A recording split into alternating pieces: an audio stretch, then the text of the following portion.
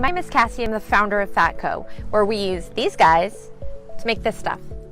Let me explain. At FatCo, we specialize in making natural and organic skin and body care products, many of which contain tallow. It's nutrient dense and healing. It's extremely high in vitamins A, D, K, and E, all super important for skin health. It's natural, it's healthy, and it's sustainable.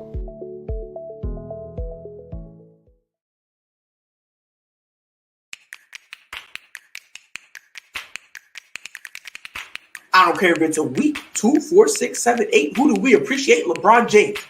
That's who y'all gotta start appreciating. And you gotta stop disrespecting this man. You got AJ Brown, who's a legit number one, and you got Julio, who's another legit number one. One of them dudes gotta get double teamed. Who gonna get double teamed? And whoever gets double teamed, the other one gets the ball. I'm saying this with no pun intended, with full of pride. Ladies and gentlemen, boys and girls, welcome to the Prideful Takes podcast. It is your boy Pride writing solo dolo today. Got a packed show for y'all. Welcome to Freestyle Friday. Got a lot of stuff to talk about. Obviously, Baker feels disrespected. We're definitely going to get into that. Me being one of his most hype supporters. We're going to get into that. Also, Twitter is a very interesting place. Very interesting. So we will figure out some of the wild and bizarre and illogical takes from Twitter. Before that, more NBA play-in basketball. On Wednesday, the Atlanta Hawks beat the Hornets 132-103, and the Pelicans beat the Spurs 113-103. Not shocked at all. Well, I'm more surprised for the Hornets. I thought this year they would try to take a step up, so to speak. I didn't think they were going to be in the state that they were in now. There were stretches in that game where they looked lost, very lackadaisical, almost as if the Hornets just thought, "Oh yeah, cruise control, we're going to win." Which, okay, it was not a good game from the Hornets, especially defensively, giving up 132. But the Pelicans and Spurs, that one I did see coming to an extent. After reports that he wasn't going to play, Brandon Ingram actually did play. 11 for 19, respectable, giving you a solid 27 points. Jonas Valanciunas gave you 22. CJ McCollum dropped 32, playing almost 40 minutes. Nathaniel says 4-0, my play-in picks, by the way. Listen, hats off to you, man. Hats off to you. I think this play-in, in my opinion, was weird. I knew the Nets were going to win. I had the Nets winning. I had the Timberwolves winning. I had the Hornets winning, and then I had the Pelicans. So I'm 3-1, which, not bad. But to go 4-0, that's impressive, my boy. That's impressive. Shout out to that boy, Nate. But today, the Atlanta Hawks play the Cleveland Cavaliers at 7:30 Eastern time, and then the New Orleans Pelicans play the Clippers 10 p.m. Eastern time. The loser gets bounced out. The winners are the number 8 seed. Now, obviously, we all know the elephant in the room. The Clippers do not have Paul George as he entered the NBA. The NBA health and safety protocols. We'll get to that in a minute. Atlanta versus Cleveland, this is going to be a very interesting one. Very, very interesting. I'm going to take Cleveland. I don't know why I'm doing this to myself, because I'm going to do it and then Atlanta's going to win. I'm going to take Cleveland, and the main reason I'm confident in taking Cleveland is even though they lost to the Brooklyn Nets, they were scrappy. They fought the whole time. I think they'll bring some of that into this game. I think the Hawks are just going to burn out, and I think this is where they take the L. So I think Cleveland wins to be the 8th seed.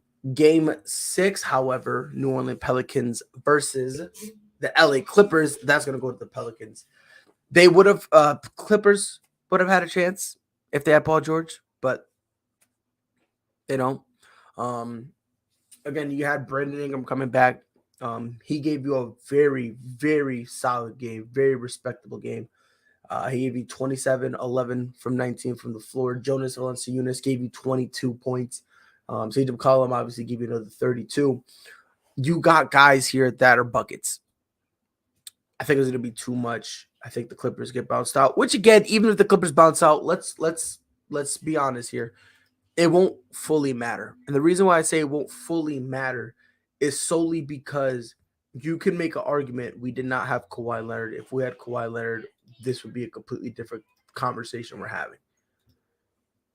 However, it's going to be very interesting because I believe last year, the year before last, was pretty much the best year they would have had. Now it's kind of like they're kind of going into I don't want to say a tailspin, but it is what it is with them. They're really not going to go anywhere. The Clippers will be, let's not get it twisted, they're going to be a playoff team, but it's going to be very, very brutal. It's going to be extremely brutal. But maybe it's just me. I don't think at all. And again, maybe it's me, but this Clippers team, they had their opportunity. They had one chance to win it. They didn't have it. So I think from here on out, I think it is what it is with the Clippers.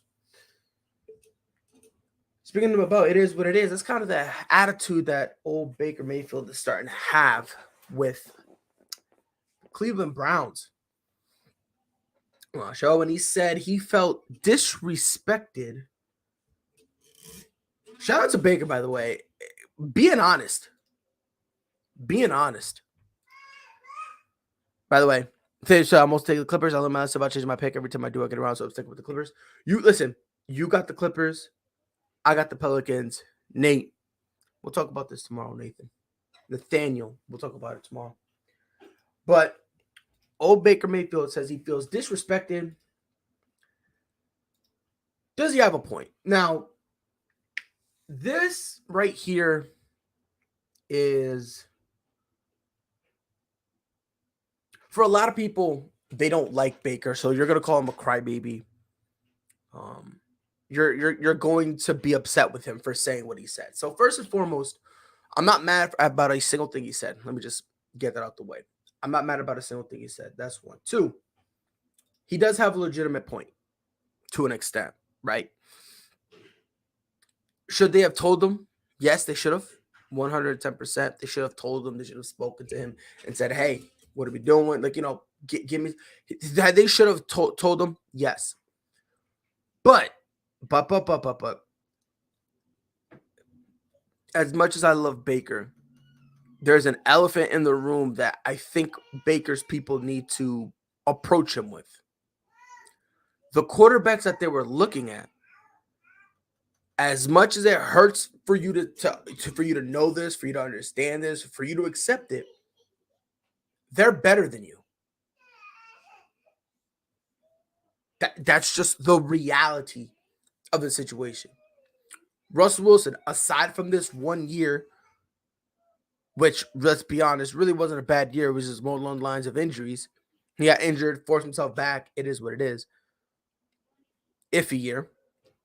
Aaron Rodgers, I understand about the whole entire postseason stuff that he's been saying. Whatever you want to spew about him, go ahead. I'm not the biggest Aaron Rodgers fan, but he's better than Baker Mayfield. Deshaun Watson. Doesn't matter if you believe he's innocent, whether you believe he's guilty, none of that matters. Strictly speaking, from an athlete perspective, from a football perspective, from an NFL quarterback perspective, he is better than Baker Mayfield. That's just how it is. He's upset with it, but dude,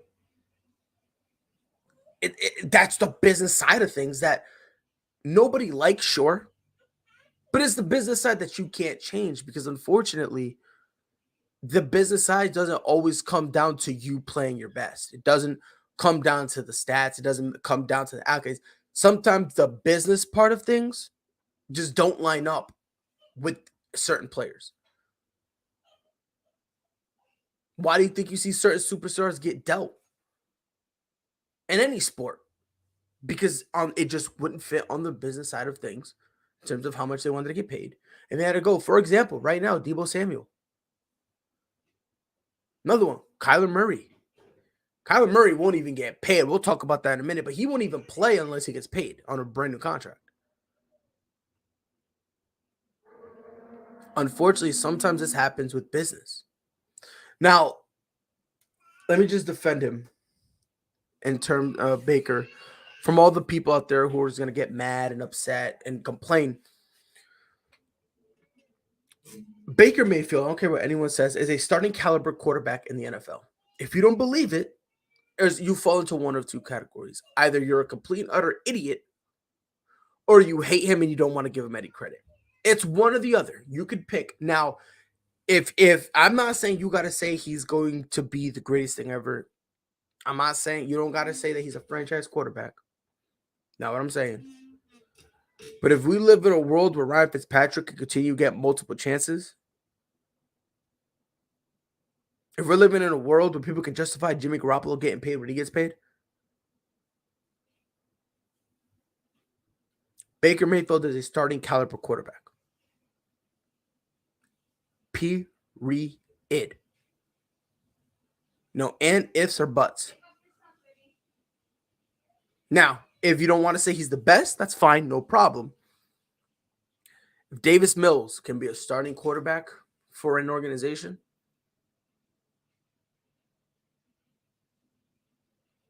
and you're okay with that, and you're the same people who says Baker Mayfield should be blessed to be a backup, you are the type of people that should just honestly if you have cable, go cancel. If you have an internet, discontinue your service.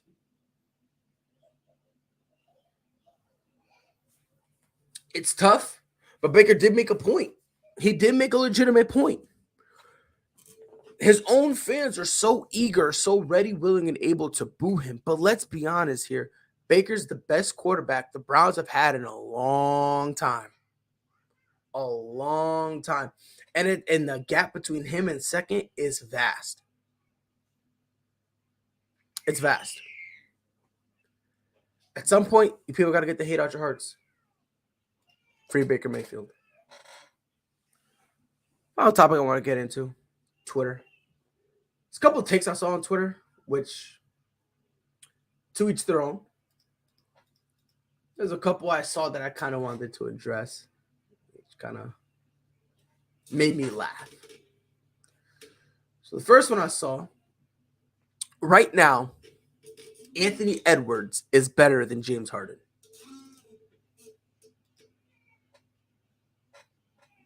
I'm going to say it one more time. Somebody actually said that right now they believe James Harden is better. Or I'm sorry, Anthony Edwards is better than James Harden.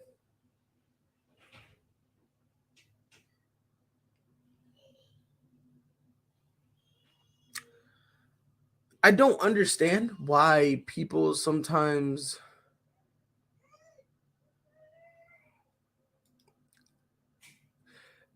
just live in the moment a little too much.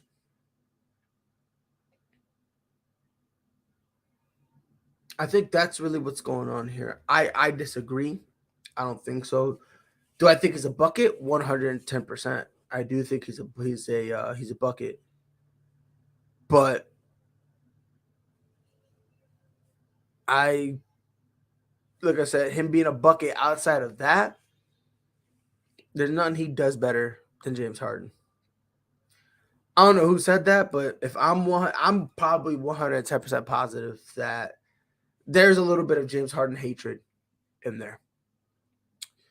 Another take I saw, which this one I actually had to think about for a minute. Kyler Murray. Somebody said, I would not pay Kyler Murray. Call him on his bluff and take your chances. Now, at first, I thought that's crazy. Why would you do that? But I actually took a step back and I thought about it.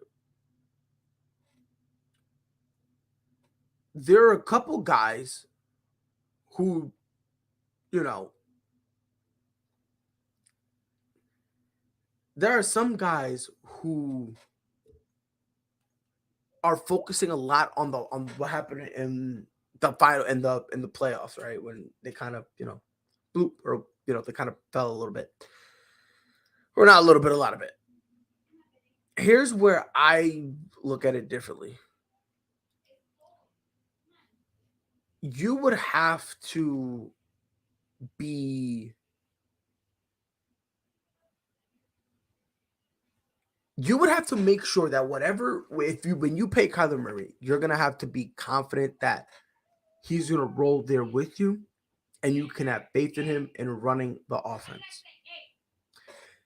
Now, here's the concern I have right now in terms of Kyler Murray. With him basically having the opportunity to go play baseball, that's something that, especially again, the lockout is over, and there's a lot of things that the players got that they were fighting for. And if you don't pay him, you need to understand there's a risk. This isn't a guy who desperately needs, there's some guys who desperately need football, or not only just desperately need, some guys who grew up and there was only one thing for them, and it was football. They went to school for football. Like, football was basically it. The problem,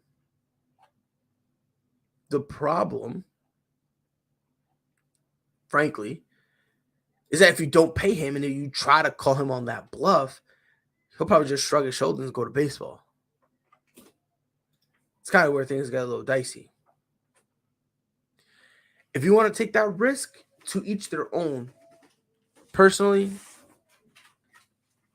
I wouldn't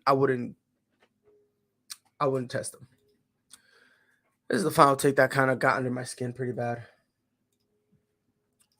Somebody who immediately deleted it, by the way. So when you delete your tweet, that just lets me know you knew you took a flaming L.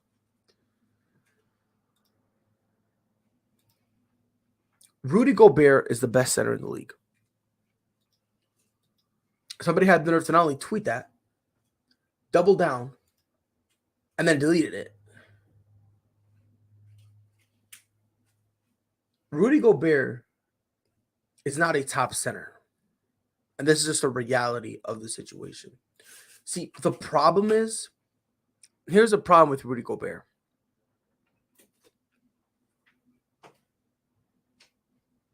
People always want to find the quote, like dark guy, right? Like the diamond in the rough.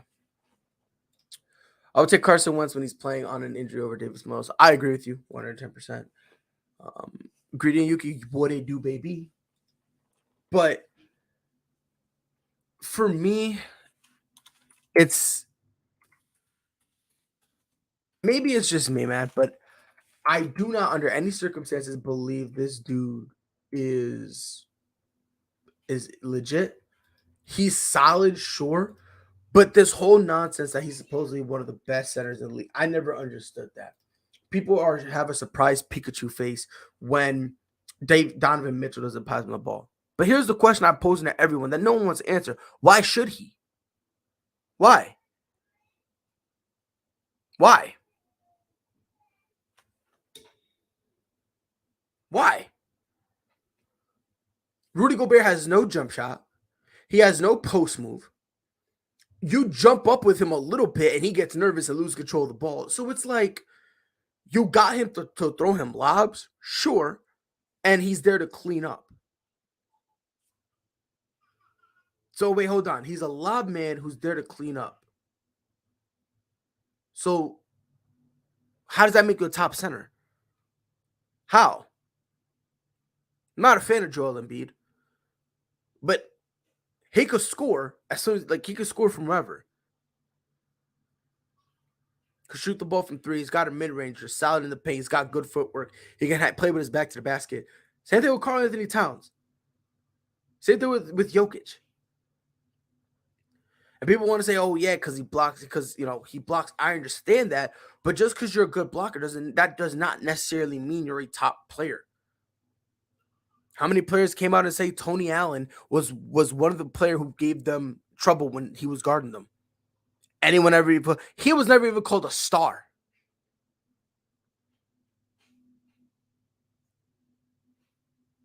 I don't understand. People always say, "Oh yeah, it's because what he gets paid to do," and it's fine if if that's what you get paid to do. That's fine.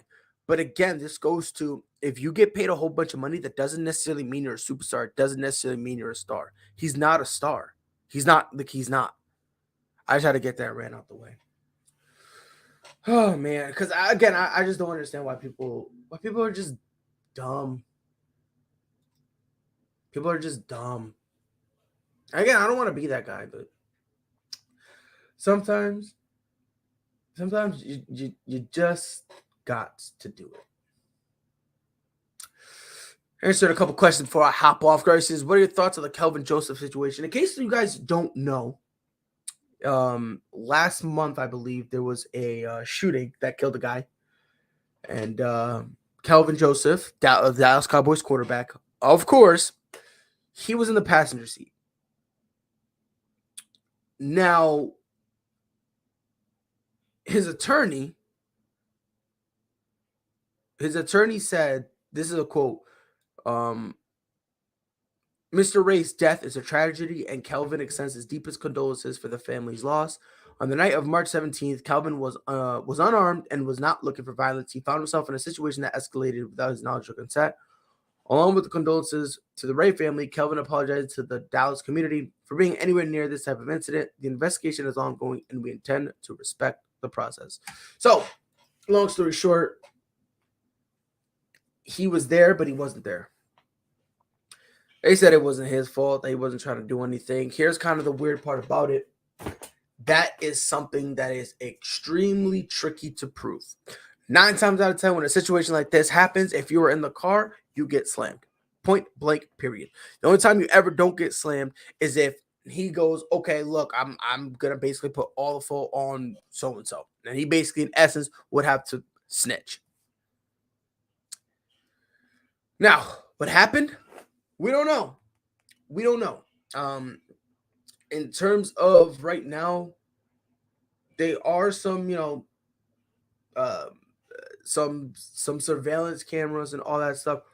As of right now, there's nothing to corroborate, any idea that that Kelvin Joseph was shooting anybody. There's no evidence. There's nothing like that. So he's in this weird situation where he's fucked, but he's not fucked. And what I mean by that is there's nothing proving he's guilty, but there's nothing proving he's innocent. It's going to be very interesting to see what happens. Obviously, the investigation is still going. We will see what happens, but it's a shame he put himself in that situation. Really is a shame. Another one from Great Yuki. I heard 49ers fans are sending death threats and racist stuff towards Debo, and I'm sick to my goddamn stomach. Is this who we are now? Like, what the hell, man? Here's the thing, man, and this is just the reality of the situation. They love you until they don't love you. That's just how it goes. I'm one person. Debo, go get your money. I'm the type of person that if you're good, go get your money. And Debo's not good. He's great. Debo can play.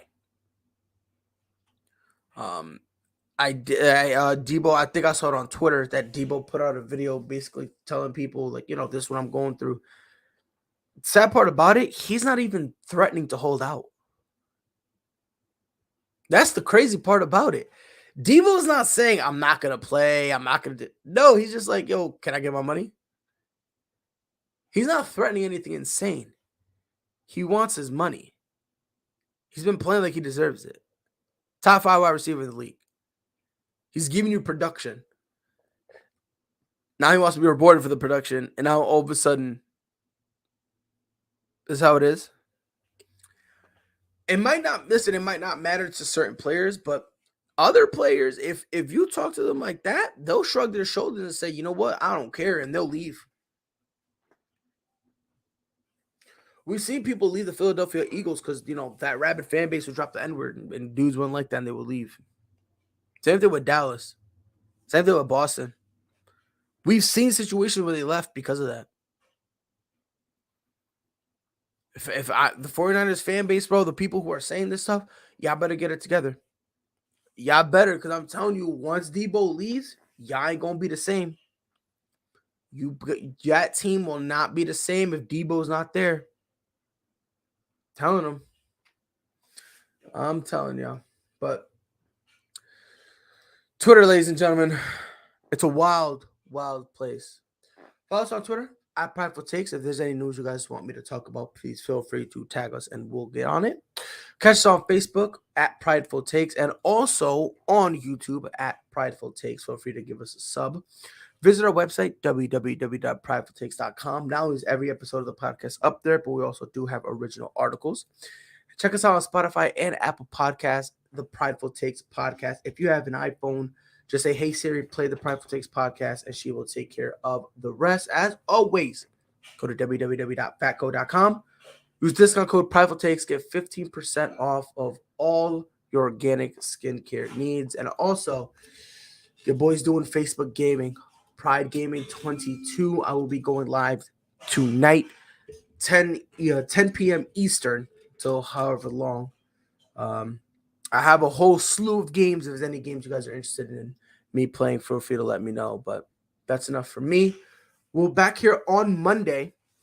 Talk about more playing basketball, talk about playoff basketball, and whatever else happens. Until then, we'll see you on Monday. Y'all know what to do. Be safe. Knew where that was going. That was a great read. Oh, Lillard from the logo. That'll quiet the 2 on the season. 2nd and 1 for the Bills. They handle the rush. Allen looking. End zone. 2-2. Shohei Ohtani. Center field. Let's watch it go. Did several of those inside low kicks.